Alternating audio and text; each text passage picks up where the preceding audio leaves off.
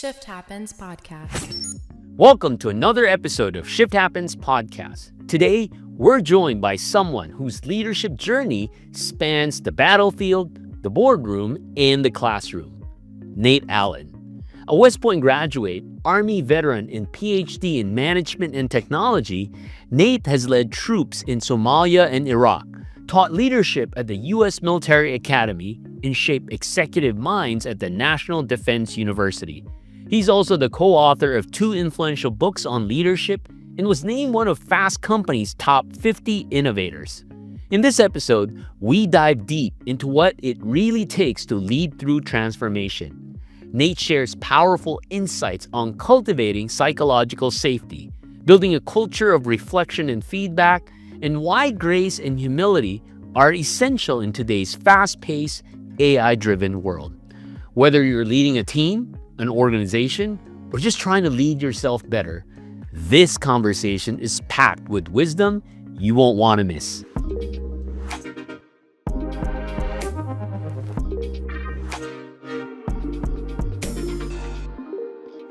Hey everyone, welcome back for another episode of Shift Happens Podcast. And I'm so excited today because I have this wonderful friend that will share a lot of his wisdom around leadership and building lasting culture. So Nate, welcome to the podcast.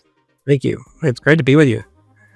So Nate, before we jump right into it, the first question I ask all of our guests is around the soundtrack of Shift song. Because we know any transformation, any change, we think about a song that can best exemplify it. So what's your soundtrack of Shift song? Well, I'm going to ask you the same question, if you don't mind. But for me, as I was reflecting, the song Amazing Grace. Amazing grace. Just How sweet. on so many levels. For me, on my personal level, for me, just on my own journey of faith. And at the same time, I just see that grace is essential for any true lasting transformational change effort. There's an immense amount of grace needed. And so there's a lot of levels I could process that song in terms of its meaning for me personally, but also I think implications for what it takes to truly have enduring sustainable change and transformation in any system that we're hoping to serve. All right, back to you, Dux. What's Before I answer my song, but I want to make a quick comment on that word grace, right? Because any transformation will cause a lot of friction, a lot of change. And you see my billboard up there, assume positive intent. Because it's always tough, right? Sometimes communication gets lost, there's misunderstanding. And all this happens not because people are malicious, mostly, but it's because of that change. And sometimes so fast like now where we need to give grace to people. So I love that. Yeah. Well, just to kind of build on that with you, there's a lot of work, Amy Edmondson's work, for example, and others around psychological safety that I think has kind of made its into the mainstream now. But the big idea is when we're in the amygdala at the base of the skull, kind of fight or flight, we're just reacting to what's coming at us. So we're not thinking strategically or systemically, like second, third order effects of our action, because sometimes the cure can be worse than the disease if we're just reacting to what's coming at us. And secondly, when we're in kind of fight or flight mode, we're definitely not as empathetic as and able to connect relationally. And so to get into the prefrontal cortex requires systems where people do feel psychologically safe, where they're seen, valued, and heard, that they know they can say things without fear of judgment or repercussion, that they can take thoughtful risk without fear of the implications of failure. And all of that's required for true transformational efforts to take place. That's right. All right. So my turn. I've asked this question to all of our guests. You're the first one who asked me. So I'm happy to share my transformational song. I love the song Levels by the former musician Avicii.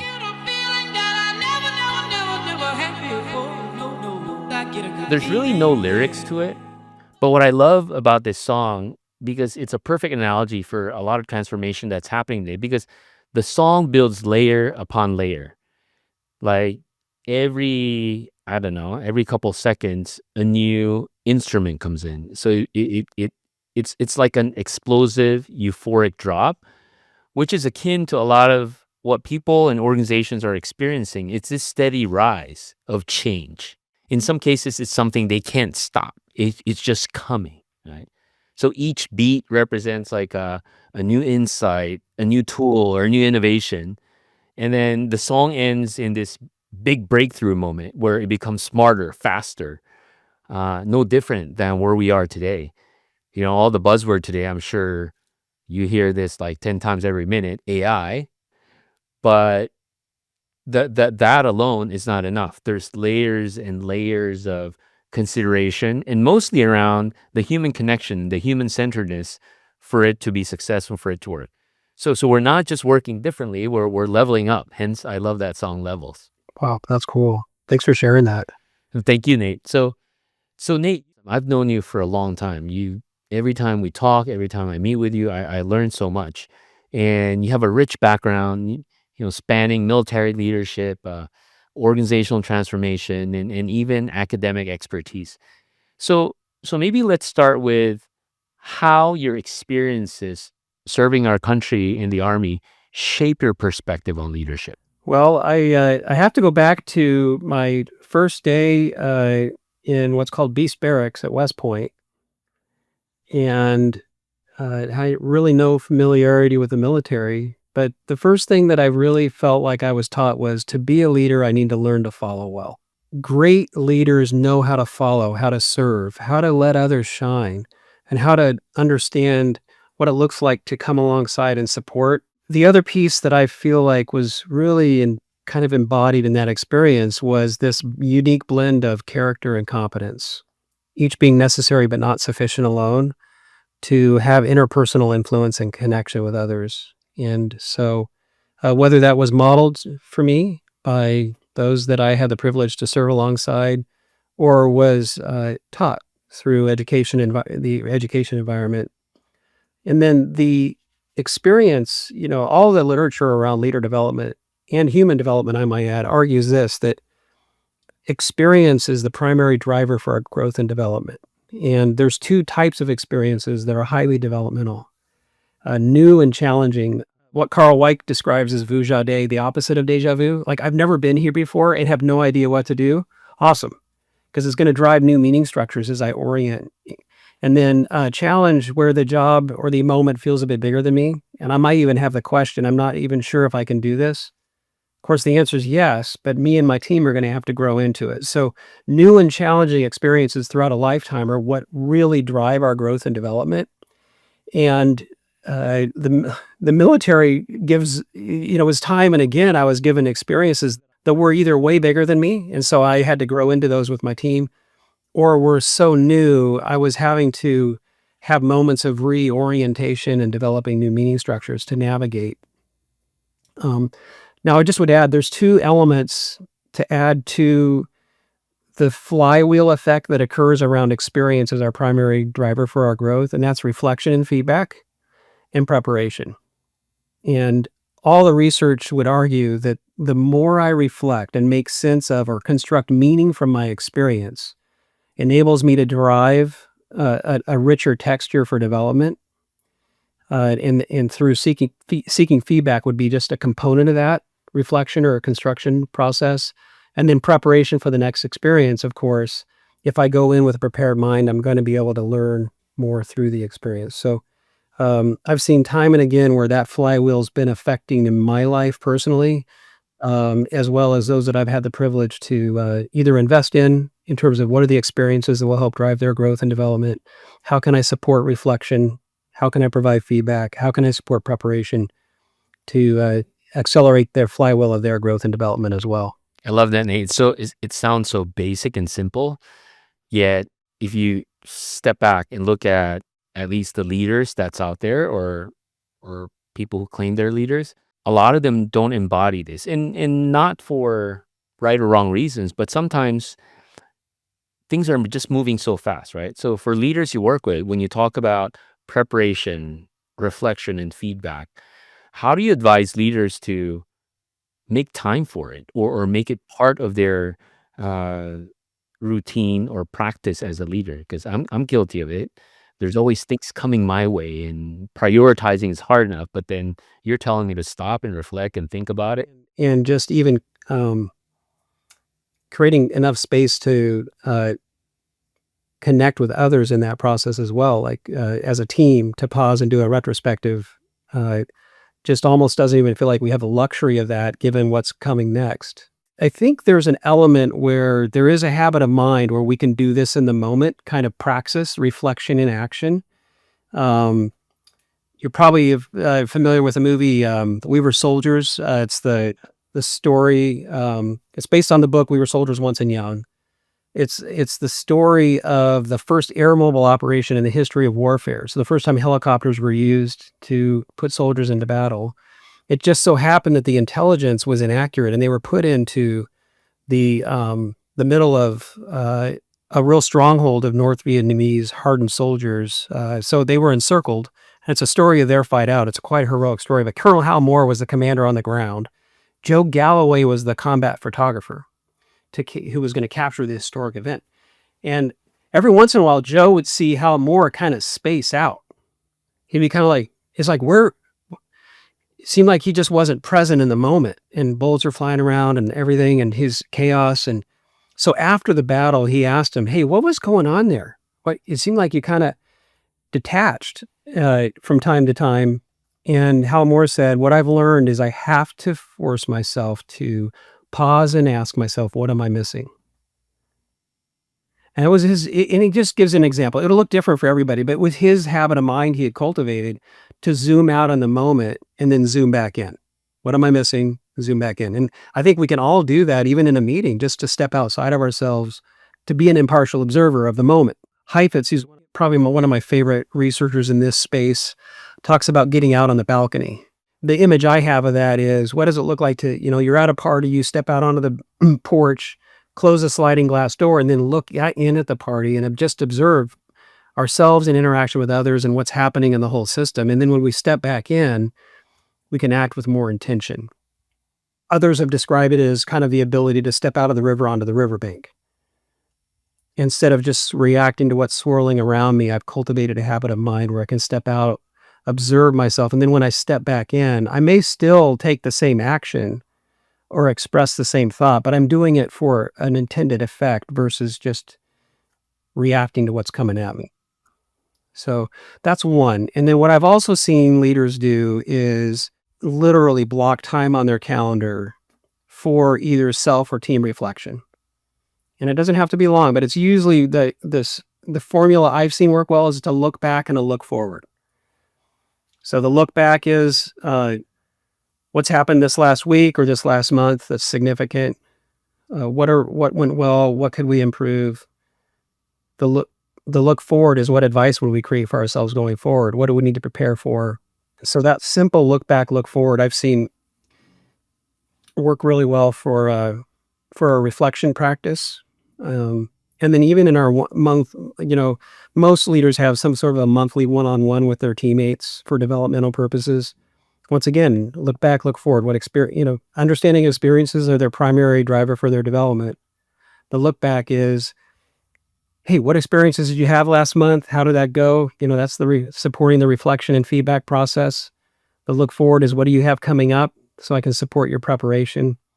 And so doing that about monthly with teammates, I found really powerful. Does that answer your question? Or 100%. It's so valuable because it's very practical. One thing I also realized as you were describing, I was thinking about this, is I work with a lot of leaders, and typically when leaders meet with teams, be it in a team setting or one-on-one, it's usually just a laundry list of updates, right? Here's what we're working on. Here's what's ahead. Here's what's behind. How do we evolve that in a practical way? Because it's not natural for people to say, okay, let's look back. No judgment. How can we do better? And let's look forward what's coming. Because the laundry list of activities, personally, I feel like we can put it in a document. I can look at it. I don't need to spend precious time with Nate to talk about all the minutia of it. Right? So how would you advise leaders can evolve from going through a list of tasks to really meaningful conversations around what we learn from that experience? How can we do better? and how are we going to tackle this massive project or massive initiative? The one idea that I've seen work well for teams that are kind of moving from, let's say, collegiate level play to professional is they, as much as possible, they've developed and cultivated a discipline to move the sports scores reporting and the weather forecasting out of the meeting and into a preparation document of some sort. And the what I've seen work well is what's called the 15-5. You may have seen this. It's 15 minutes to write, 5 minutes to read. And then everyone on the team, usually it's in an asynchronous chat or whatever the collaboration tool is that the team uses.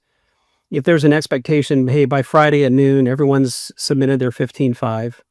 And it's exactly what I just described. It's a look back. What are key events from last week? What's coming up? What are key events coming up this next week for the team to be aware of in terms of whether it be a conference or a key deliverable, whatever. So it's a look back, top 3 things, look forward, and then any watch outs. And if everyone on the team submits that in prep for, say, the Monday morning meeting, then you go into the meeting, everyone has kind of the shared consciousness of the key activities. And then the meeting can be more around coordination, collaboration. Hey, I've got a teammate going to that as well. And you're starting to really integrate or fill in the white spaces in the organization and collaborate around real issues in the weekly huddle. I typically recommend for a leadership team to have some sort of quarterly rhythm or cadence. And again, building reflection into the organization's cadence, some sort of offsite where we're getting offsite, we're looking back, how did we do on the commitments last quarter in terms of either our big rocks or our commitments in the key initiatives? Look forward is what's coming up next quarter and beyond. Some sort of assessment in terms of organizational or team health and mission health, or project delivery or service delivery. We'll typically recommend what we do with that process when we do the survey work is we'll create 2 by 3 foot wall charts with all the responses collated anonymously and themed. And then everything's on the wall and it just becomes discussable. And so you can go into the meeting then more prepared to collaborate around those issues versus just trying to get that out in the meeting. Right. And how do you balance, because on one hand, right, because again, everything's so fast paced today, the landscape's changing so much. I can say that for our industry and technology, like you wake up the next day, 10 new technologies are out. Now you have to pivot, you have to compete. But how do you balance this idea of what you describe, right? Where leadership get together in person and at the same time use technology to somehow make it more efficient or accelerate a lot of these conversations or decision points, right? So what advice do you give? Because I've seen it both ways where on one hand it's extreme. Oh, we have all these technologies. Let's just use all that. Why do we need to get together and spend time? Versus we don't need technology, but then we're so behind now because everything's rather manual. So where's that balance with making the most out of what's available to us today for resources? Yeah, 100%. So do you have an example in mind just to kind of picture what you're... Yeah. I have an example in mind, right? So, and this is actually coming from one of the customers I talked to. So we're talking about AI agents, and that's the hot new thing, agents, right? Where we're now beyond the typical Gen AI. Can I have an agent attend our meetings, take notes, decide what's the best course of action, and start assigning to the leaders without even the leaders talking? Yeah. It's based off of, take all the last 10 meetings and make a decision for us, and then we'll just go do it. Right? I can see some validity in that with Yeah. tactical task efficiency, but then there are things that these tools and technology just can't do. We still have to sit down. We still have to talk. We have to share experiences as you've described. Yeah, that's a great example. And we're going to see more and more coaching embedded into that, where the agent will provide observations in terms of whether it be team dynamic or Nate, you tended to dominate the conversation. You might want to maybe ask more questions. That's all coming and is already here, as you know. So I'm excited about the potential and even if a teammate misses a meeting, uh, perfect way to get quickly caught up. They won't even have to, watch the whole meeting if it was recorded. They can read the summary notes and whatnot. So I think there's a lot of promise there for meeting, efficiency and effectiveness. Um, and then getting coaching and how we're showing up at the meetings as well. Um, I I like to describe it as really leveraging moments that matter. Virtual has such benefits in terms of what comes, the benefits that come through uh, interpersonal connectedness when we're together in person, and the richness of that. There's just less static in the line when we're together physically. We have broader context for each other. Things happen on the side that just wouldn't happen like as we're walking out of the meeting. You're like, oh, by the way, have you thought of this? I'll never forget coming across Rob Cross's work. He was out of UVA on social network analysis. He was trying to look at where do people go when they have a challenge or an issue. He did some research with IBM on their robust information decision support process, and he titled his work "More Than Just an Answer," because what he found is people did not go to the database, the decision support tools. They went to each other. And why is that? Because we need meta problem solving, meaning the problem I think I have isn't actually the issue, and I need a conversation to draw that out. Or we need encouragement and support to take action. Like, hey, it sounds like you're on the right track. Go for it. And so I think what's coming and is here, increasingly is going to be AI is going to provide a lot of that. The AI, the meta problem solving as we interact with an agent, or encouragement and support to take action. So it'll be interesting to see the implications as we go forward, but lots of promise. So, given your experience with all the work you've done in the Army, organizational transformation, how do you see some of the leadership principles now with this evolving digital landscape that can be applied to digital transformation? Do you have an example there in mind, Dax? I'd just be curious. Sure. So for example, right? Again, I think about the customers we serve. One top of mind. Oh, AI's here. Let's cut the workforce because AI can do everything. But at the same time, I was reading a company, I think, I don't want to name them because I'm not sure. That's a decision they made last first quarter of this year. And the news came out that, it's actually the wrong decision. Let's hire these people back, or let's hire people back, right? Because sometimes leaders can be so taken by the bottom line. Oh, this is what the news is saying, that we can save money by using technology, let go of people. So that's one example. Are there any transformational tactics that you learn from the Army in times like this we can apply leadership principles so that we make the best decision we can for our team, for our organization? Yeah, you bet. The one thing that's interesting about the environment that the military operates in is, and I think there are a lot of parallels to the current milieu, is, and you probably heard the term VUCA: volatile, uncertain, complex, and ambiguous. I did some research where I went over and interacted with about 150 frontline commanders in Iraq, in different combat situations, around what they were learning and developing and what the situation was like. And just to give you a feel, like, information oscillation was one theme of the environment. Information oscillation is either you have too much information and you don't know what to pay attention to, just noise.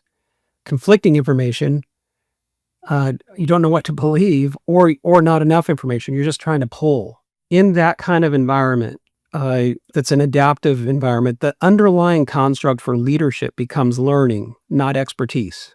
And so my core contribution is in seasons of transformation like you're talking about, is not necessarily me being the expert telling the team what to do. It's more me fostering and facilitating an ongoing learning process so that we can adapt in real time. It's a real shift in identity in terms of what is my core, sense of meaning in the work.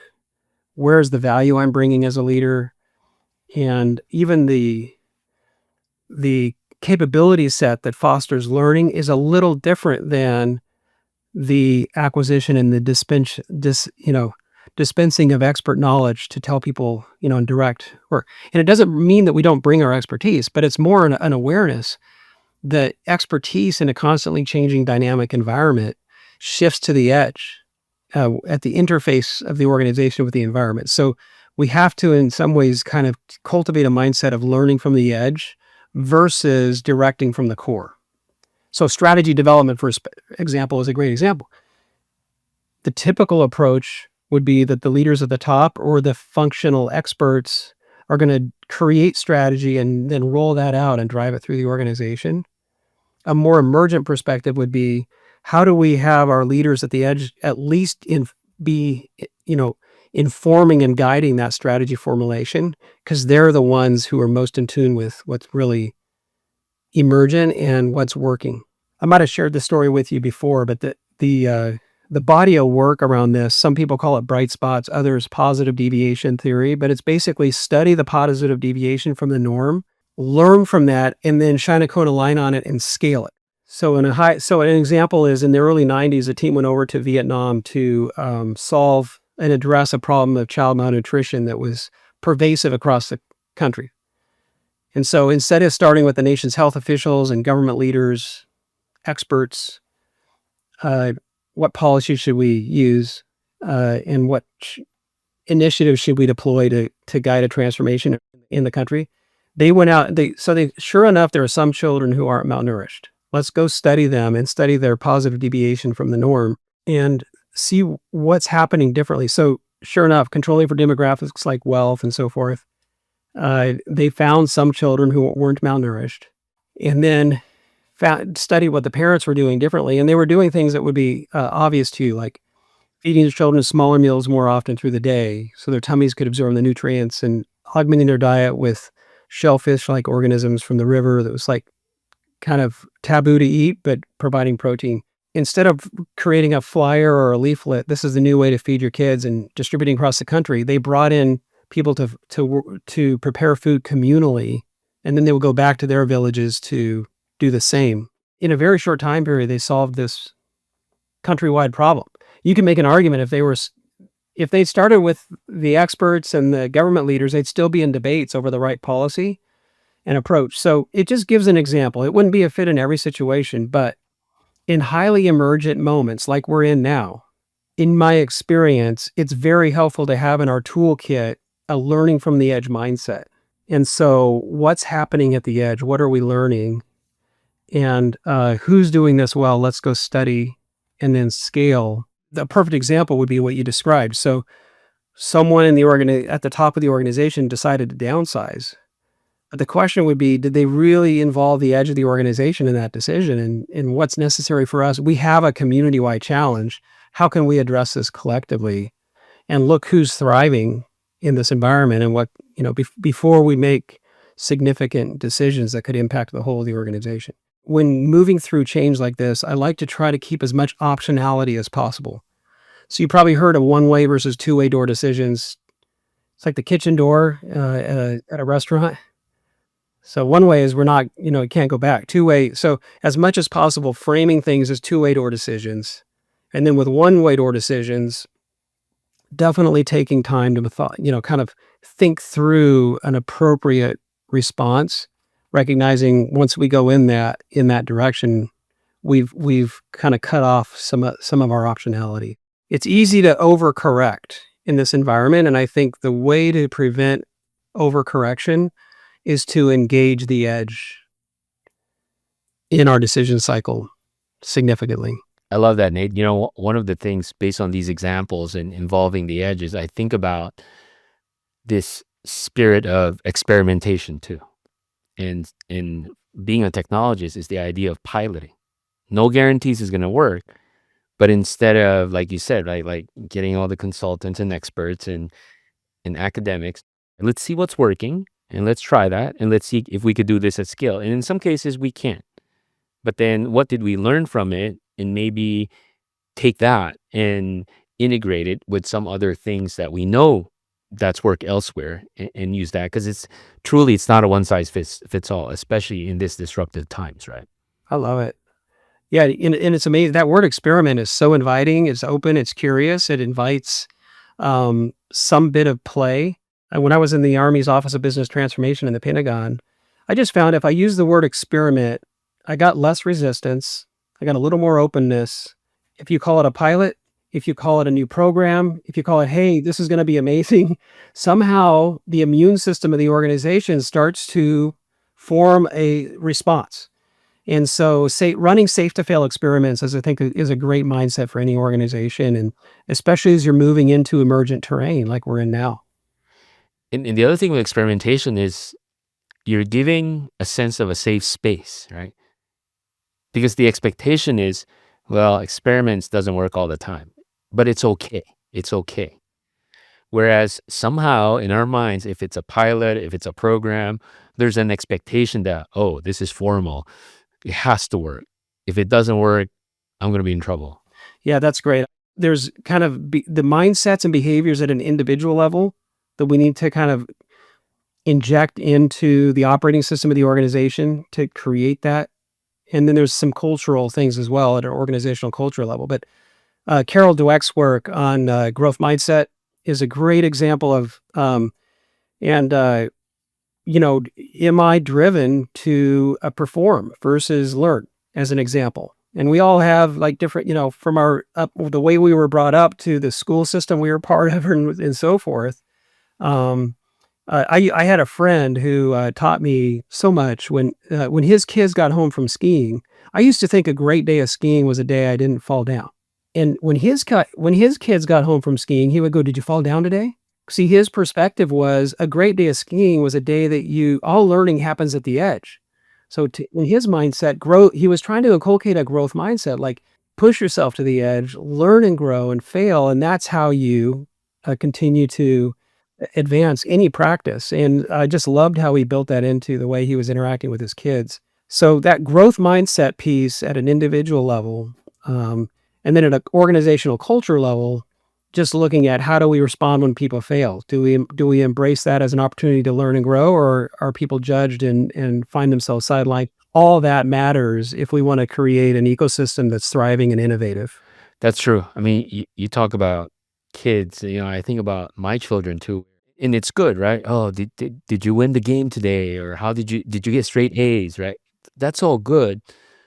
But you're right. Equally, I think we should have this mindset, and this kind of goes back to your song Grace, right? Where failure, in some ways, it's a good way to learn. It's because I learn from failures, right? I don't really learn from success, because in success, everybody gives you great job, Nate. Good, you're the best. I don't really learn anything from that. Whereas, hold on, I didn't do as well. It didn't work. What didn't work? Let me figure this out, right? And that's where learning happens truly. I love that. And by the way, receiving grace requires humility. And I think humility is such a valuable, obviously we all struggle with it in different ways, but if I can just remind myself to stay humble, I'm going to be more open to learn. I'm going to be more open to be vulnerable and admit I don't know something and ask for help. I'm going to be more authentic in moments that matter. And that humility allows for others to feel safe enough then to themselves admit they don't know something or ask for help. And the moment I start pretending, my team around me is going to pretend. And so what allows for, I believe, grace to really be extended and received and extended is a depth of humility that the team cultivates over time. Nate, I was thinking about this 2-3 weeks ago. I was speaking to one of my folks in my team, and I came to the conclusion, right? Like after work, you go home. If you talk about work to your family, your loved ones, the person you'll talk about the most is your boss, or is your leader, is your manager, right? So that person has a big impact in your experience at work. So to your point about grace and humility, if you do show that, if you're a leader, you come from a place of, I'm always learning. I'm not perfect. I'll make mistake. I'll experiment with you. that will trickle down to the rest of your team. Like you said, not pretending. But then more importantly, at the personal level, that's what they'll share with their family. And that creates the impression of, oh, wow, that's why Nate loves his job or not, right? And loyalty. So, yeah. Well, I love where you're going because you can deconstruct that. Like if we just accept that we're dining room table conversation pieces, that's just the reality. Then what's the story I want to be told about my leadership and the impact I'm having? And then I can kind of pull plan to that and go, okay, how do I need to show up today so that that story might be possible or actualized is a cool reflection. Well, this kind of made me think about the book you wrote, Taking the Guidon. So, for our listeners, based on that book, what are some of the 2, 3 guidelines you want to share with leaders so they can help build a lasting culture? Tony Burgess and myself, uh, we wrote the book with a heart to just serve the next generation. And we had loved the role of company commander in the Army. There's about 120 soldiers in a company. And the guidon is the unit's flag or symbol of responsibility that comes, that's passed on to the next commander. So it's symbolic of the responsibility of that command in service to the unit's mission. And so maybe just in the spirit of what it means to be a member of a profession, in some ways that book represented for us a response to our own sense of identity as a member of a profession and cultivating a professional mindset. So when you study professions, think of a medical profession, for example. Professions are responsible to cultivate their own expert knowledge. So we don't go to a doctor practicing 80s medicine. We expect him to stay with the current practice, to stay the practice. Professions are responsible to police themselves. They're responsible to pass on the expert knowledge to the next generation. So doctors teach in medical schools, for example. And there's a real vision that's generationally minded that's built into the profession. So the same is true, I believe, leadership as a profession. And so as a leader, I have a responsibility to continuously grow and develop and be relevant in the current state. And that in a lot of ways, that's what you're demonstrating that through this podcast and other resources you're creating, is you're developing a professional mindset of expert learning and ongoing development, and sharing that learning with others, and then investing in the next generation. So as leaders, we have a responsibility to pass and invest in the next generation in the same way we've received. And so a lot of, in my mind, what that book embodied was our desire as members of the military profession to pass on what we had learned. And the vision is always the next generation becomes greater than us. And so a mentor of mine years ago shared this idea of third generation leadership, which is, and I'll use parenting as a way of kind of unpacking this for a moment. But first generation parenting would be all about me. So the kids are obese so that I pick up around the house so I'm comfortable. They're quiet when I'm on the phone so I can talk. They're polite to everybody so that everyone thinks I'm a great parent, whatever. So second generation parenting would be I'm investing in my kids in such a way that they're growing and developing and reaching their full potential. And then third generation mindset would just be I'm seeing my grandkids through my kids' eyes. And I'm passing on a vision and a capacity for them to do the same with their kids. And so you kind of take that to our practice of leadership. First generation mindset would be, it's all about me. So if I delegate a task, I might say, you better not screw this up. Why? Don't make me look bad. That sort of thing. Second generation parenting would be, or leadership would be, I'm investing in my teammates in such a way that they reach their full potential and contribute more broadly to the fullest of their potential. And then the third generation just looks right through my teammates to the teammates they're going to be growing and developing and passing on a vision and a capacity for them to do the same. So you can create a leadership engine in any community and ecosystem, whether it's an organization or volunteer area or family structure, by thinking in terms of 3 generations. That's awesome. Well, Nate, I didn't realize we've been talking for like 45 minutes now, but amazing. Thank you. Thank you so much. A lot of great insight, a lot of great wisdom. And before we wrap up, I'm sure our listeners have gotten a lot out of this conversation.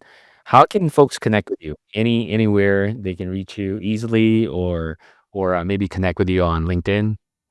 I'm on LinkedIn. That's probably the easiest. Is just Nate Allen, and I my email is nate@tribusallen.com, TRIBUSALLEN. But or through you, of course. So Awesome.